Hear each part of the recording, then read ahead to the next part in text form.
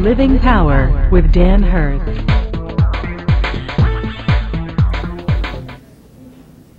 So the temple in Jerusalem was at great risk. It was an unwalled city. An unprotected city is a vulnerable city, especially in those days. Bands of thieves and marauders would invade and plunder such cities and villages, and the people in Jerusalem were living in constant fear because they were defenseless. And the husbands had to have just been panic-stricken because they were fearful for their wives and for their children. They were in trouble. In fact, when Hanani comes back and he tells Nehemiah the condition, he says they're in great, terrible, they're in trouble and disgrace. And he talks about how the walls were destroyed and the gates were burned. Well, how did the gates get burned? Because they'd been attacked. They were under attack. They were all constantly under attack. They were so vulnerable. And you wonder, well, why didn't they do something about it? Why didn't they go ahead and build a temple of the walls and fix everything up? For the same reason that when sin captivates your life, you can't do anything about it. When you are so captivated by sin in your life and it begins to put a stranglehold on your life, you can't break loose on it on your own. You have no power over that sin. You need a greater power, a greater source to rescue you from the power of that sin in your life. The very same reason is the reason that they had not done anything about it. But here's the good news. Romans 5:6 says it this way. At just the right time, when we were powerless, at just the right time, and it's about you, when you were powerless, Christ died for the ungodly. That also is you. God knew what he was doing. His timing was perfect. Christ died for you and came to give you strength and control over that sin. Not that you have the control, but that he has the control through the power of the Holy Spirit in your life. The condition of Jerusalem was a picture, if you will, of the condition of the people. In fact, Nehemiah 1:3 says it this way. Those who survived the exile are back in the province and are in great trouble and disgrace. And then he says the wall of Jerusalem is broken down, the gates have been burned with fire. See the comparison? It's a picture of the condition that the people were in.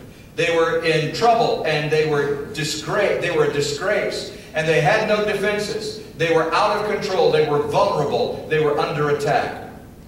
Why was the wall broken down? Why were the gates burned? Because they were under attack. Many of you are under attack right now. There's a spiritual battle going on in your life, and you're the battleground. You need defense. You need protection. You need a wall. You need a hedge of protection around your life. But you see, Jerusalem didn't have that. And that wasn't how God wanted them to live. He didn't want them to live defenseless. He didn't want them to live with that kind of vulnerability. Same thing for you.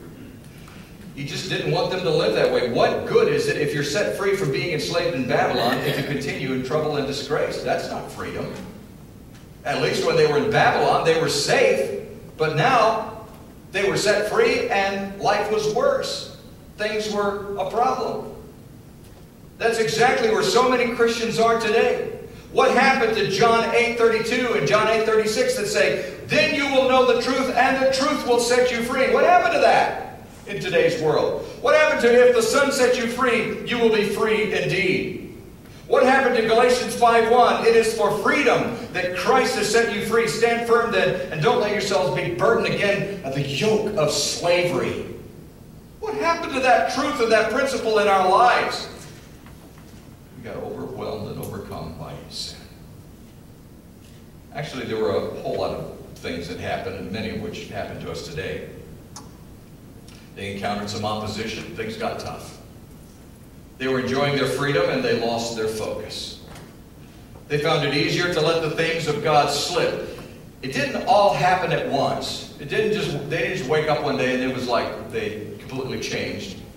But it happened over a period of time, and over a period of time, little by little, they became entangled in a web of failure, exactly the way it happens in our lives today. Well, they had a heart for worship. They still liked the things of God. That was still in them. They still wanted to worship God. The desire was there, just as it is for many Christians today. But because of their disobedience and failure to follow God, they were stuck in this spiritual quagmire, and they were overwhelmed by their sin, and they couldn't get back to where they needed to be. Where did they need to be? They needed to be focused on the Lord, obedient to the Lord, and protected by the Lord. Exactly where we need to be. Focused on the Lord, obedient to the Lord, protected by the Lord. You need that in your life. You need that every day of your life. It's no wonder they were in great trouble and disgrace. And the same thing is true for us today. But God has different plans for you. God has different plans for you. Even though you mess some things up in your life, God still has plans for you. And God knew before the foundations of the earth that you were going to mess some things up, and He said, I can still fix this in your life. The fact that you're still alive means that God still has a purpose and a plan that He can accomplish in your life. The fact that you're still breathing air says that God still says He has a purpose and a plan that He can accomplish in and through your life, regardless of how messed up things may be in your life. 1 John 5, verses 3 through 5 says, in fact, this is love for God, to keep His commands. And His commands are not burdensome.